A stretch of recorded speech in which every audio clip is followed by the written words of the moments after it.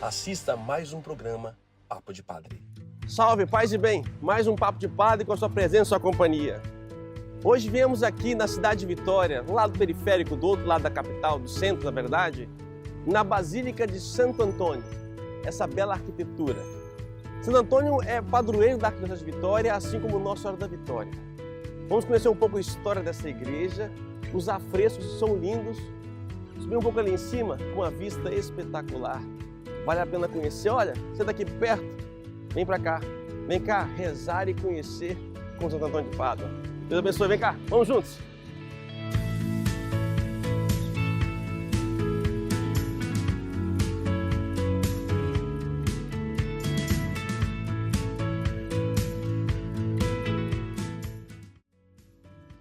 Na vida sacerdotal, a vida de um padre, nós temos alguns tipos de padre. Temos os padres diocesanos, que no caso sou eu, e temos padres religiosos, por exemplo, salesianos, franciscanos, agostinianos e também chamados pavonianos.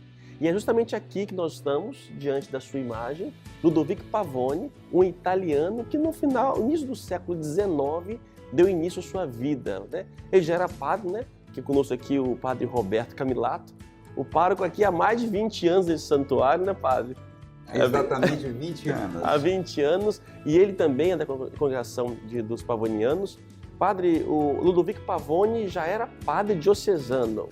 Exatamente. No ano de 1807, ele foi ordenado padre diocesano para a diocese de Brescia, no norte da Itália.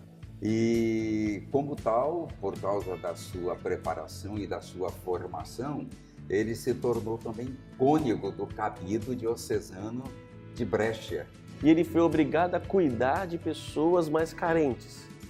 Mas as consequências se impuseram e a mania, podemos dizer assim, era de invasões. E a Áustria invadiu o norte da Itália, fazendo com que a cidade de Brescia sofresse muito por essas invasões, resultando também nessa invasão militar, muitos órfãos.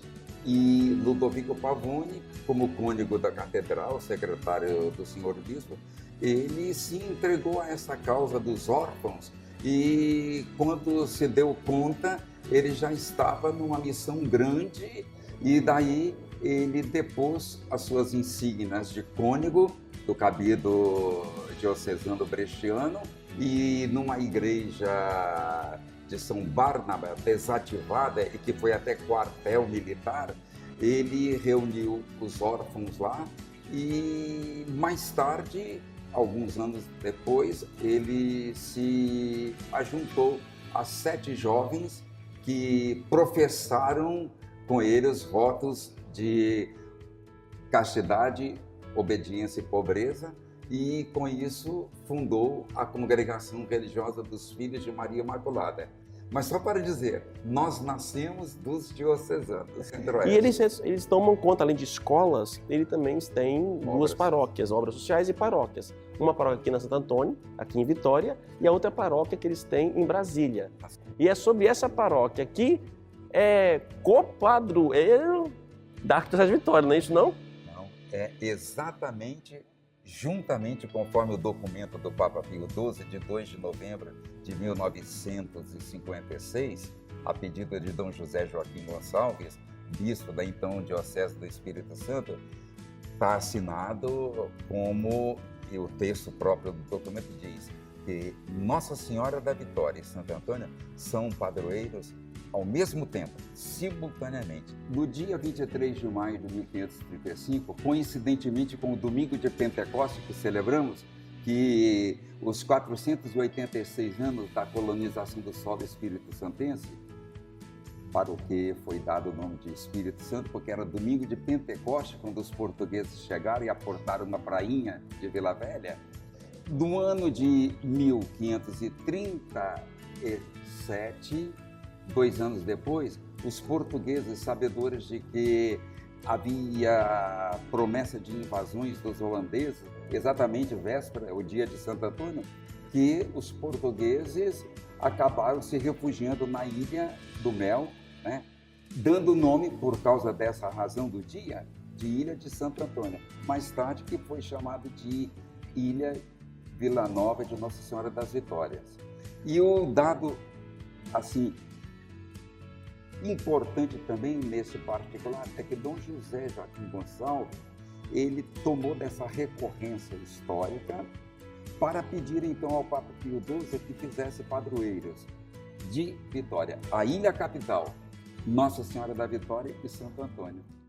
E a gente está aqui hoje para poder conversar sobre essa belíssima igreja que, alguns anos atrás, recebeu o título de Basílica, Basílica Menor. Lembrando que no mundo só temos 4 basílicas maiores, que ficam em Roma. São João do Lateranense, né? A São Maria Maggiore, São Paulo Fora dos Muros e São Pedro. Essas 4 basílicas são basílicas maiores e ficam em Roma.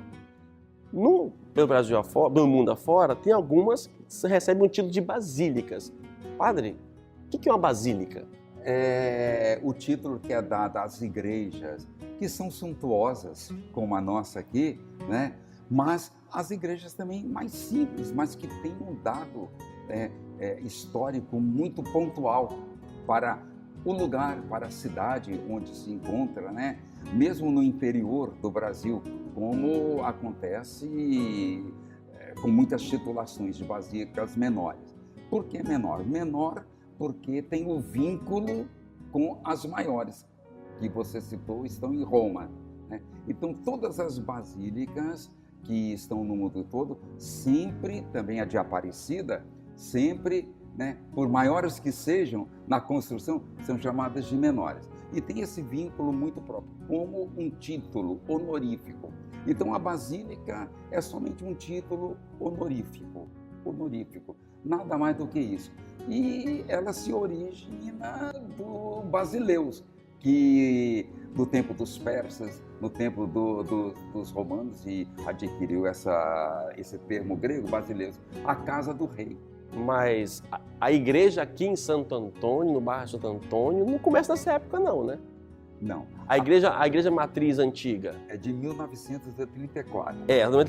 34. E essa aqui foi começada a construção em O lançamento da pedra fundamental se deu no dia 9 de dezembro de 1956, com Dom José Joaquim Gonçalves. Então, 34 nós temos a basílica, a igreja matriz mais velha, né? E depois, alguns anos depois, 20 e poucos anos depois, começa a construção dessa basílica maior. Exatamente. Mas sempre, até hoje, você não pode dizer para o povo lá da matriz que não é a igreja principal. E a gente tem que admitir isso aí, né? Admitir, né? Então, Dom Luiz Escorteganha, ele criou e instalou a paróquia na linguagem eclesiástico-canônica, né? Mas na linguagem nossa é fundação, né? Fundou a paróquia no dia 29 de maio de 1951. O mesmo ano em que foi fundado o seminário arquidiocesano da nossa arquidiocese, né? Enfim, e foi muito importante para a região da Grande Santo Antônio, porque Santo Antônio, como bairro, pertencia à paróquia de Vila Rubim, que é de 15 de agosto de 1926. O senhor fica lendo, você vai dormindo, aí fica lendo aqueles livrinhos assim nas datas? Eu tenho uma memória viva de datas e... Misericórdia! E historicamente a gente vive um pouco de tudo isso e eu consigo. Vamos dar um giro aqui, conhecer um pouco cada detalhe dessa basílica. Tem vistas de fora também por cima, que é belíssima. Ainda vou lá em cima aqui, ó, ainda acho que deve ser explorado este local. Se você vai para a Europa fora, padre, se você vai nas igrejas afora aí, você tem lá umas escadinhas, o povo paga ingresso para poder subir na torre, para poder ver uma vista, uma torre cineira, eles sobem degraus e mais degraus para chegar lá, eles pagam ainda, ajudam a igreja e tem vistas privilegiadas. A vista aqui de cima é algo extraordinário. Por isso nós esperamos o elevador panorâmico para que exploremos, como você sempre disse para mim, Padre Anderson, esse local aí em cima. São 101? 101? 110? 20, né? Foi 20. 110 ou 120? Como é que é? Vai contar aqui? Vamos contar aqui. Aqui é a primeira parada. Olha. Aqui é o coro da igreja. Olha que belíssimo. Olha isso. Aqueles órgãos também não tinha, no projeto, nunca teve projeto aqueles órgãos. Não. Que no caso, nós falamos, são 20 vitrais falando sobre a vida de Santo Antônio. 13 falando sobre a vida de Santo Antônio. 13, Santo Antônio. E 7 com o Divino Espírito Santo. Ali tem o São Ludovico Pavone, a Imaculada Conceição e São José do outro lado. E aqui nessa outra ponta tem Sagrado Coração de Jesus, a Cruz Redentora, Nossa Senhora das Dores. E lá no centro tem o Santo Antônio, aí são 7. Os outros todos contando a história de Santo Antônio. O bonito da nossa igreja, das artes sacras e dos vitrais, ela conta a história. E muitas pessoas iletradas no passado, elas rezavam a partir. Era uma forma de catequese. É transformar a palavra de Deus, a Bíblia, em arte. Transformar a história dos santos e contar para que as pessoas pudessem chegar e poder ali contemplar e rezar com aquilo ali, né? Então isso para nós, católicos, isso é uma riqueza muito grande, né? Essas imagens não são aqui cultuadas como adoração, né? Elas são simplesmente contando histórias. Olha que maravilha isso. Eu vou também? Eu vou pode também. vir. Olha que maravilha.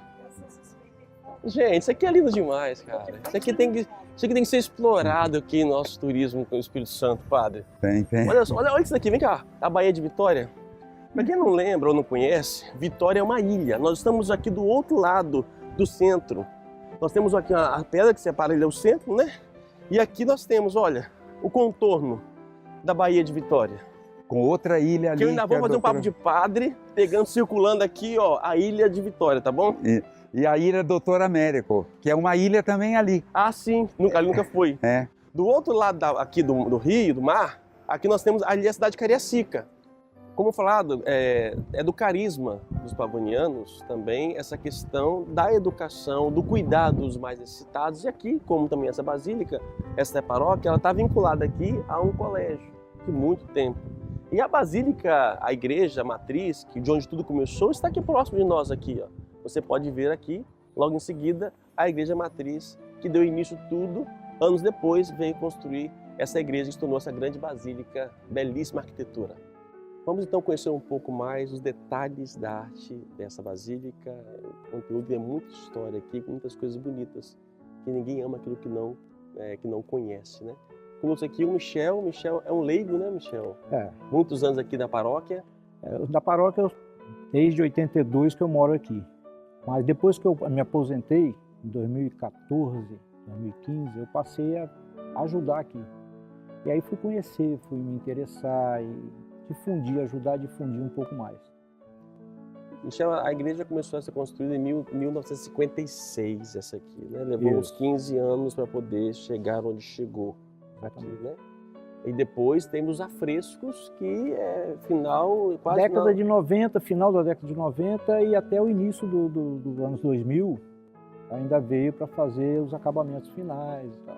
E era feito assim, foi feito por partes.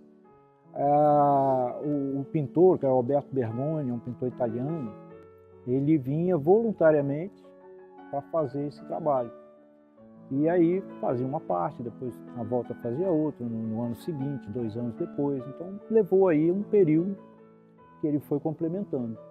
E com um teor de detalhes, com coisas maravilhosas. A gente conversa com as pessoas mais antigas, pessoas que acompanharam aqui, e tem coisas assim muito interessantes. Tem uma Nossa Senhora que ele pintou um pouco mais tropicalizada, e uma pessoa daqui da comunidade que vinha e ficava observando o trabalho dele, e ele aí deu a ela, a Nossa Senhora, umas feições que realmente lembra as feições da moça. Um pouco mais rústica, um pouco mais tropicalizada, como ele mesmo gostava de dizer. Na Santa Ceia a gente observa o Judas, ele está obscurecido. Ele está como se não tivesse luz sobre ele. São detalhes assim, que ele sempre teve muito esse cuidado. A Santa Ceia também, ele está num plano vertical, e normalmente é num plano horizontal. A gente se acostumou a ver a Santa Ceia num plano horizontal, e ele ali encontrou uma solução para fazer num plano vertical. Então assim, foi rico em detalhes, em dedicação, em conhecimento, e só dizer que foi um trabalho voluntário. A pessoa vir deixar isso registrado para a gente. Né?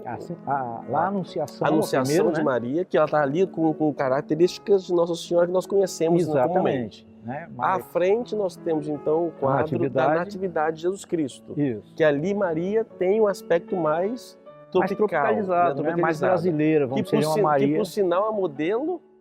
É uma pessoa daqui da comunidade, né? Que vinha e ficava observando e a gente compara. Ela vem ainda aqui, já é uma jovem senhora, mas se compara, dá para ver que realmente tem uma semelhança. É como ele dizia, né? Nossa Senhora, ela é de todas as nações, ela é de todos os seres humanos, então ela pode ter as feições de um e de outro. Então nós temos a Anunciação, o nascimento de Jesus, nós temos aqui a última ceia do Senhor, né? E em contrapartida nós temos aqui a crucificação, né?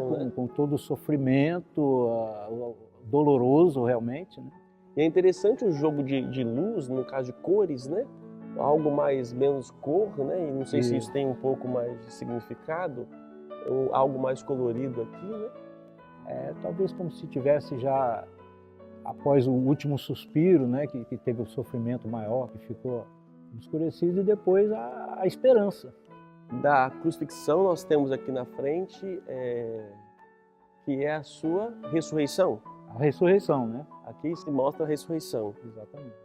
E é interessante que tanto o nascimento como a ressurreição são os únicos quadros, o autor aí, o pintor, ele tira o afresco um pouco do limite. Talvez esteja algum paralelo aí, né? Entre... A impressão que dá é que realmente ele quis chamar mais atenção para esses quadros, né? Olha, tem alguma coisa de diferente, alguma coisa assim, que a pessoa fixa. É normal que as pessoas perguntem, mas por que ele está ali e tal? De fato, o significado exato eu não sei. Talvez aqui é um dos guerreiros que acabou se arrependendo e que... né? São os soldados aqui no caso, que estavam ali na pedra, que a pedra rola e sai triunfante, né? E na contrapartida nós temos aqui Pentecostes, né? Exatamente. A vinda do Espírito Santo. Maria junto com os apóstolos, olha, é bonito ver o êxtase deles ali, né? Exatamente. Sendo tomado por línguas de fogo. Ele põe até crianças também, inclusive, né? Ele mistura um pouco os apóstolos com pessoas cotidianas do mundo presente hoje que também vivem o mesmo Pentecostes, né? Exatamente. Que recebem, ou seja, nós também hoje, no tempo presente, estamos unidos a essa experiência, né? Uma coisa que os turistas, quando vêm, que a gente conversa, eles chamam muita atenção, é a questão deles falarem línguas. Como é que é? Eles eram rústicos, eram pessoas sem muita cultura, e de repente começaram a falar diversas línguas. Aí a gente vai e explica, né? Não está retratado no quadro, mas isso é nas escrituras, que eles falavam a língua deles, cada um é que entendia na sua própria língua. É como se tivesse uma tradução simultânea.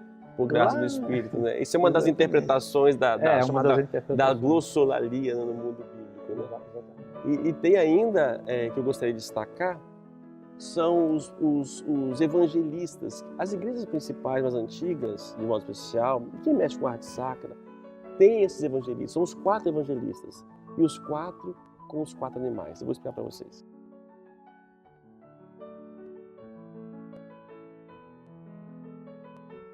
E também tem outro personagem aqui, que é o famoso Grande Otelo, né? O ator, né, o mais antigo, inclusive está aqui no cantinho aqui, você pode perceber a feição um pouco parecida. Só para explicar um pouco, então, que ficou na dúvida desse quadro aqui, nós temos uma divisão de cores, né?